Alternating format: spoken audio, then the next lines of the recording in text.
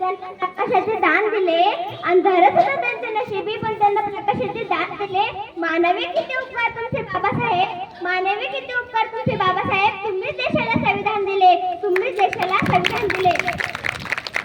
सूर्याप्रमाणे तेजस्वी दिसणारे व्यासपीठ, सूर्याप्रमाणे तेजस्वी दिसणारे व्यासपीठ, चंद्राप्रमाणे शीतल छाया देणारे माझे गुरुजन आणि चांदण्याप्रमाणे चमकणारे माझे विद्यार्थी मित्रांनो.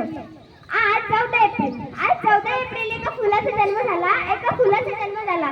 ते फुल म्हणजे डॉक्टर बाबासाहेब आंबेडकर. ते फुल म्हणजे डॉक्टर बाबासाहेब आंबेडकर. ते फुल कधी मोरजले नाही, ते फुल कधी मोरजले नाही. भारतरत्न डॉक्टर बाबासाहेब आंबेडकरांना, भारतरत्न डॉक्टर बाबासाहेब आंबेडकरांच्या प्रतिमेस वंदन करून मी माझ्या भाषणाला सुरुवात करते. मी माझ्या आज 14 एप्रिल म्हणजे डॉक्टर बाबासाहेब आंबेडकरांची जयंती. आपल्या सर्वांना भारतरत्न डॉक्टर बाबासाहेब आंबेडकरांच्या जयंतीविषयी हार्दिक हार्दिक शुभेच्छा. डॉक्टर बाबासाहेब आंबेडकरांना वाचनाचा छंद लागला. तो म्हणजेच त्यांच्या वडिलांमुळे, तो वाचनाचा छंद भारतीय संविधानाचा अस्मिता ठरला. भारतीय संविधानाचा अस्मिता ठरला. तो भारतीय संविधानाचा अस्मिता ठरला. त्यात इतकी शंका नाही, शंका नाही. शिक्षणाची आवड असल्यामुळे त्यांनी अनेक पदव्या संपादित केल्या. त्यांनी अनेक पदव्या शिक्षणित केल्या. शिका, संघटित व्हा आणि संघर्ष करा हा क्रांतिकारी संदेश त्यांनी सर्वसामान्य लोकांना दिला. अनेक वर्ष चातुर्वर्ण्य व्यवस्थेच्या नावाखाली अन्याय विरुद्ध लढा दिला.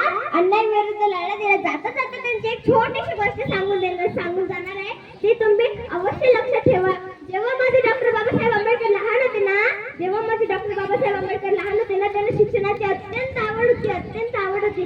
जेव्हा ते शाळेत जायला लागले तेव्हा त्यांच्यावर अनेक अत्याचार झाले. त्यांनी ते अत्याचार सोसले पण ते मागे हटले नाही. ते शाळेत गेले.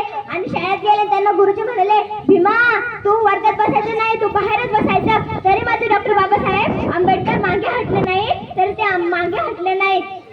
तरी ते बाहेर बसून शिक्षण घेतले त्यांनी. आणि आपण जर असतो तर आपण जागा भरून घरी गेलो असतो, पण त्यांनी तसं केलं नाही. कारण की त्यांना शिक्षणाची आवड होती. ज्या माणसाला शिक्षणाची आवड असते ना, तो माणूस कसंही करू शिकत असतो. मग तो बाहेर राहिला, तो उभ्याच राहिला. ते बसले, गुरुजींनी प्रश्न विचारला, त्यांचा हात नेहमी वरती असायचा आणि त्यांनी जे पण प्रश्न उत्तर दिलं ना ते नेहमी खरंच असायचं. असा एक पण प्रश्न नसतो की माझा डॉक्टर बाबासाहेब आंबेडकरांचा जेव्हा हात खाली असतो, असा कोणताही प्रश्न नाही जगातला की माझे डॉक्टर बाबासाहेब आंबेडकरांचा हात खाली असतो. आणि ही गोष्ट आपण नेहमी लक्षात ठेवायला हवी. आणि आपण एवढं सुखानं जगत आहोत, आपण एवढं सुखानं शिक्षण घेत आहोत, ते म्हणजे आपल्या डॉक्टर बाबासाहेब आंबेडकरांमुळे. एवढे बोलून मी माझे 2 शब्द सांगतो.